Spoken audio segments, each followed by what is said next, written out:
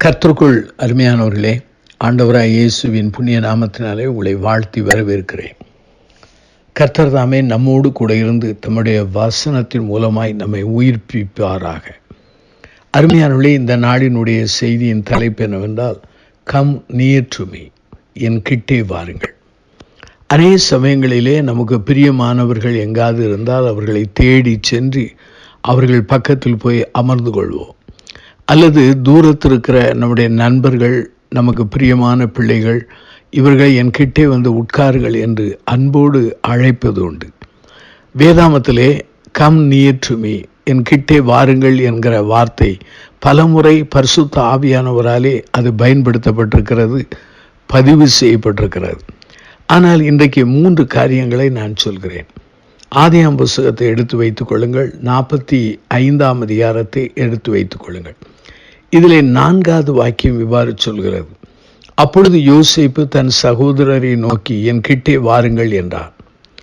இங்கே நீண்ட காலங்களுக்கு பிற்பாடு யோசேப்பை அவர்கள் யோசேப்பு என்று அவனுடைய சகோதரர்கள் அறிந்து கொண்டார்கள்.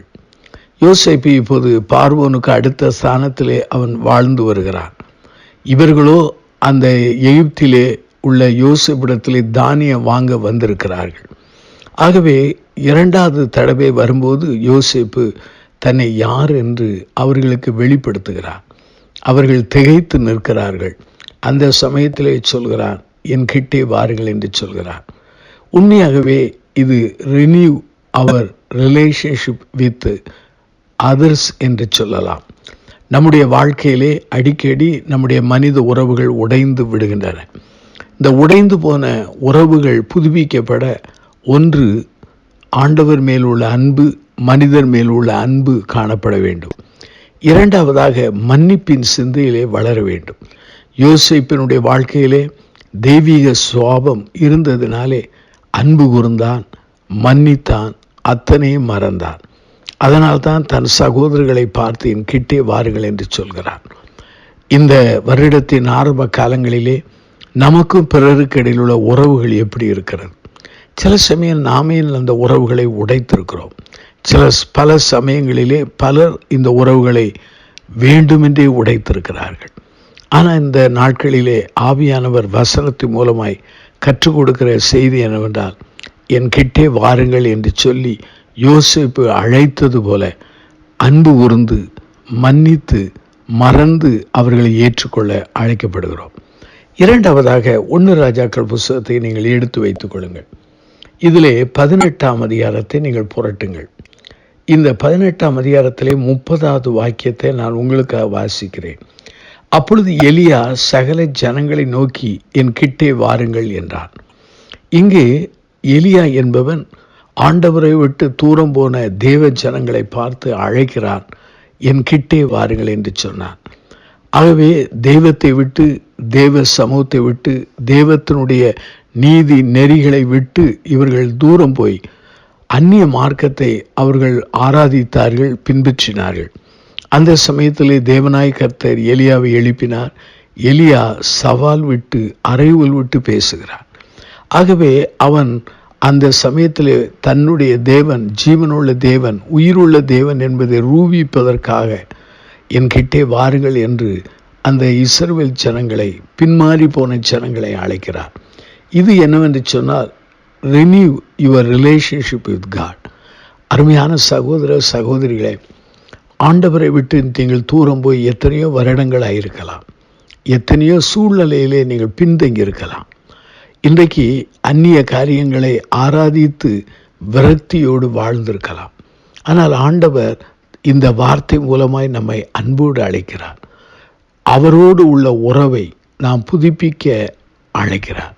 அப்படி ஜனங்கள் கிட்டி சேர்ந்தபோது எலியா ஜெபித்தான். வானத்திலிருந்து அக்கினி வந்தது.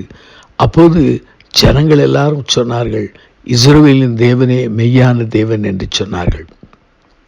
அதாவது பின்வாங்கி போன பேக்ஸ்லைடர் ஆக இருந்த இந்த ஜனங்களை ஆண்டவர் தன்னுடைய நிலைக்கு கொண்டு வருகிறார். அங்கேயும் என் கிட்டே வாருங்கள் என்று சொல்லி அங்கு சொல்லப்படுகிறது. லூக்கா நற்செய்தி நூலை நீங்கள் எடுத்து வைத்துக் கொள்ளுங்கள்.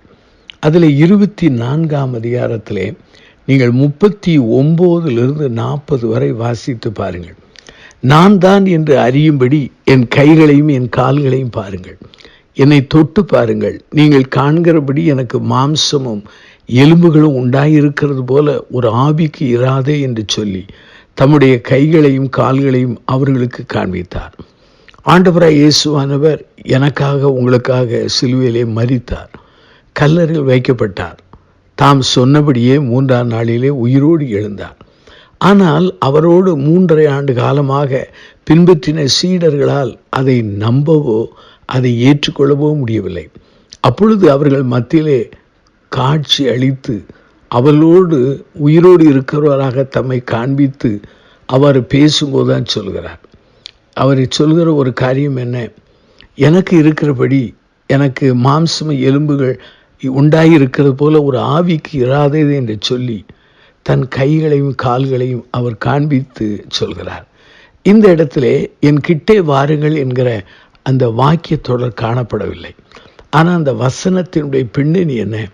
ஆண்டவர் தம்முடைய நம்பாத சீடர்களை தம்மிடத்திலே கிட்ட வர சொல்லி ஏன் அழைக்கிறார் என்றால், renew our faith in our Lord Jesus Christ. அவர் உயிர்த்தெழுந்த ஆண்டவருடைய வல்லமையின் மேலே நம்முடைய விசுவாசத்தை புதுப்பிக்கத்தக்கதாக ஆண்டவர் நம்மை அழைக்கிறார். யோவான் நற்செய்தி நூலை நீங்கள் எடுத்து வைத்துக் கொள்ளுங்கள். அதிலே 20ஆம் அதிகாரத்தை நீங்கள் புரட்டுங்கள். அந்த 20ஆம் அதிகாரத்திலே 27 பாருங்கள். பின்பு அவர் தோமாவை நோக்கி, நீ உன் விரலை இங்கே நீட்டி என் கைகளை பார், உன் கையை நீட்டி என் விலாவிலே போடு, அவிசுவாசியாராமல் விசுவாசியாயிரு என்றார். அருமையானவர்களே, இந்த பகுதியிலே நம்பாத அவிசுவாசத்தோடு இந்த தோமாவை பார்த்து என் கிட்டே வா என்கிற பொருளிலே அழைக்கிறார். இந்த செய்தியை கேட்டுக்கொண்டிருந்த அருமையான சகோதர சகோதரிகளே, இந்த நாளிலே ஆண்டவராகிய இயேசுவானவர் தம் கிட்டே வரும்படி என்னை உங்களையும் அழைக்கிறார். அர்ப்பணிப்போம், ஜெபம் செய்வோம்.